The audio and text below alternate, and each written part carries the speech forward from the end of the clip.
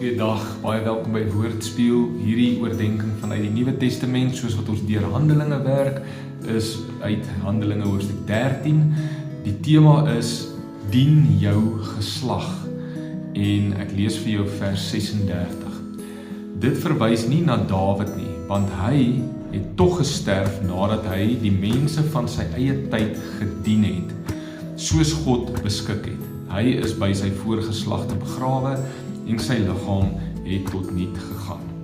Paulus is hierso besig om aan die Jode te verduidelik dat Jesus die redder was wat moes kom, en dat hierdie psalm oor Jesus praat en nie oor Dawid nie, want Dawid het wel gesterf, so dis nie op Dawid van toepassing nie ensovoorts. Maar in hierdie verduideliking is daar iets moois wat Paulus oor Dawid sê. Hy sê, Dawid het sy eie geslag volgens die raad van God bedien.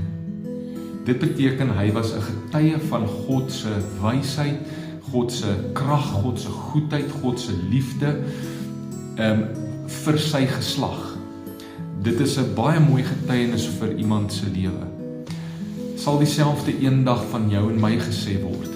Korney het sy eie geslag, sy mense, sy generasie, die mense met wie hy te doen gehad het, met raad van God bedien. Of Korney het sy gesin volgens die raad van God bedien. Sy kollegas. So kan ons aangaan. Korney was 'n kanaal gewees van God se liefde tot sy geslag, sy generasie, sy mense. So ek wil hê dit moet eendag van my gesê word. As ek dalk dood is, wil ek die mense moet dit op my begrafnis kan sê. Wat wil jy hê moet mense oor jou sê? Wat is die storie wat hulle oor jou moet vertel, wanneer hulle eendag oor jou praat?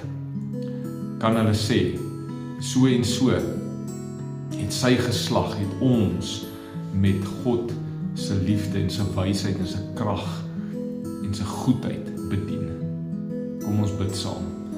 Here, help my om te volhard om my geslag met die wysheid, liefde, krag en genade van Jesus Christus te dien.